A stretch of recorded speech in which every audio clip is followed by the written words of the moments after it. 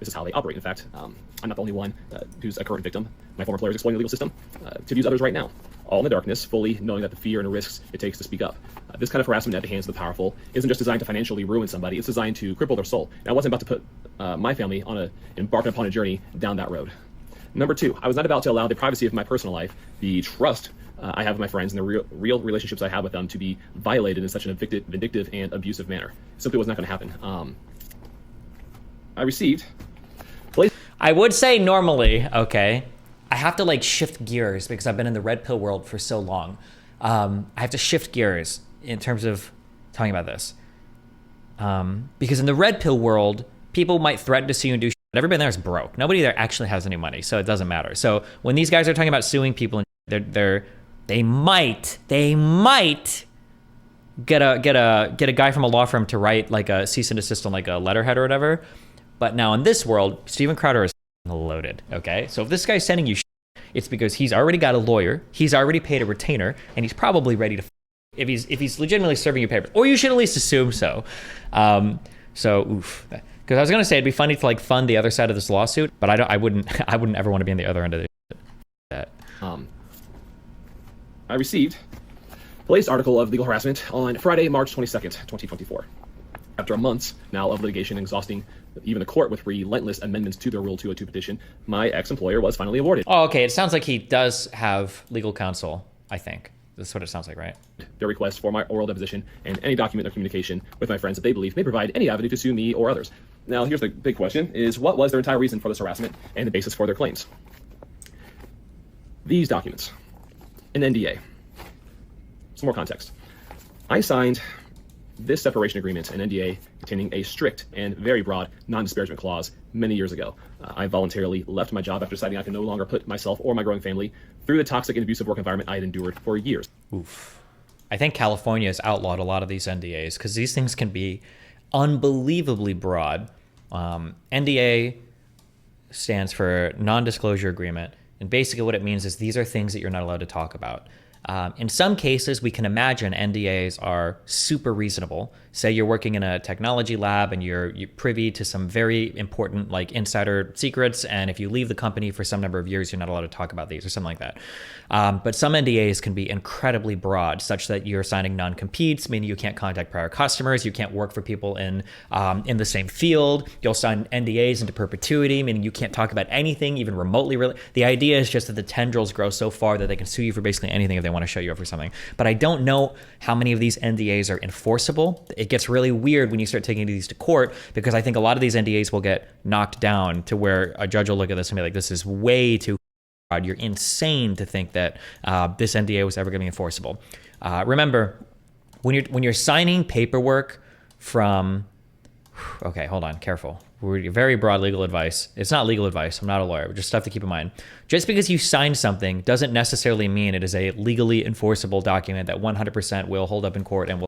It's basically an agreement that two parties are signing, but there are a variety of reasons why you're not allowed to sign certain things. Even if somebody puts it in front of you, just because you sign it doesn't necessarily mean that you're beholden to it, right? Like if somebody signs and says, listen, we're going to bump your pay up $5 an hour, so you're going to get $15 an hour working this job, but if you fail to show up to work for 3 days in a row through the form of a no-call, no-show, we're going to come to your house and execute your child, right? If you get sick and you don't call out because you're in a coma for 3 days, and then they come to your house child and you go to court, it's highly unlikely the judge is going to say, well, you did sign the paper, sorry, but looks like little Nathan's going to have his head removed tonight. Like, that's probably not going to happen. Would they ever just use this to scare him, knowing the NDA wouldn't hold in court? Yeah, it's possible. People could. Yeah, of course. Like, letterheads from law firms when you're just an ordinary civilian are kind of scary, or citizen, I should say. Yeah, it's spooky and scary. If you don't have any formal engagement with the legal system, then it's like, oh God, like my whole life is going to end. And to be fair, if I had to guess, 90% of Americans don't know the difference between like a civil and a criminal matter, for instance. So yeah, legal is always spooky. This is where my first experience with legal abuse began. Starting from the day I delivered my notice of resignation, I was put on the phone with company lawyers, and the good cop, bad cop coercion campaign to get my signature on an NDA was well underway. I was told many lies throughout this process. I immediately hired. Also, I say this when I talk about foreign policy. I say this when I talk about the government. I say this when I talk about everything, okay? You need to understand what things are designed to do based on who they work for and who's paying them, okay? Kind of the same thing, okay? So for instance, when I talk about unions, okay? Unions do not exist to make America a better place. Unions don't exist to make people happier. They don't exist to help our country. Unions exist to represent employees. That's it. They represent the people that they represent. That's all, okay? Whatever group of employees. So in some cases it might be really good, in some cases it might be really bad, but that's what they do. That's all they do. When you are on the phone and you're speaking to representation from a company, that representation's goal is to represent that company. They're looking out for their best interests, not yours. You absolutely never, ever, ever need to forget this. You never, ever, ever want to forget. You need to remember this for the rest of your life. When you go to HR, when you go to anything, okay, the goal there is to protect the people that are paying them. You don't hire HR to help your employees against yourself. It wouldn't make any sense. You would never do that, right? This is why oftentimes if you're signing with a label for music, or if you're signing in esports to a team or whatever, you should have representation, legal counsel that you have retained on your own. Don't use their guy. Don't be like, oh, we'll send you a guy to like help you work out the stuff. He's their representative. He's being paid by them. You don't want to use their dude who's being paid by them and represents them and their interests to help you. They're not going to help you. They're going to help you. I hired my own legal counsel, and by the grace of God, understanding my predicament, he even agreed to work for half of his normal rate. Even so, the legal fees immediately began to pile up. My former employer and his attorney argued I could not work in media anywhere in the world, and most certainly not in the United States for 2 years. This is not because I had voluntarily signed some sort of non-compete in my original employment agreement. It was because they decided a non-solicitation clause that was in said original agreement would retroactively be interpreted as the broadest and strictest non-compete one could draft. They told me my Twitter accounts, another potential lifeline to future work, which I'd owned and been the sole manager of since 2009, was to be turned over to them on the argument that it was somehow their intellectual property now. Presumably to keep me from working even further, my former employer even tried to claim... Oh, wait, actually, did you see the intro to this? No. Oh, this is pretty spicy. I just got here. Ex-Steven Crowder employee, they left, and now Steven Crowder is legally trying to this dude hard. All I simply wanted to do was peacefully leave. It was clear by my employer, though, that this was not only unacceptable, but that I needed to be punished for doing so.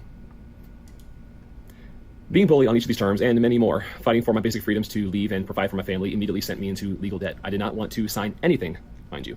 But the negotiations with my former employer left no question that without a signed NDA, my guaranteed silence, I would undoubtedly be harassed well into the future. No matter if there are future claims against me for where I worked, or what I did or what I said were legitimate or not. It didn't matter. It would cost me thousands and thousands to fight back, and they knew that. I had to make a deal. With nothing but a small savings account in my last paycheck, I had to accept the deal I could afford. It's very important to note here that, where is it? It's here. I was not paid a single dollar for its consideration. Which brings me to what you might be asking next. What was the reason I did sign this? And again, as a man with his first child on the way, the small victory I got from it. The primary reason I signed the NDA was for a small carve-out in the non-compete clause, which allowed me to freely seek employment using some of my skill sets at another specific company. Oh, no. Oh, no. That provision, however, was a lie. And upon starting my new job at the new said company, I was giving another one of these, a cease and desist, and was promptly unlawfully terminated from that position. I added thousands more to my legal debt trying... Wait, why did they terminate your job? The other employer fired you? I feel like we're leaving out some information here. That's kind of wild, but...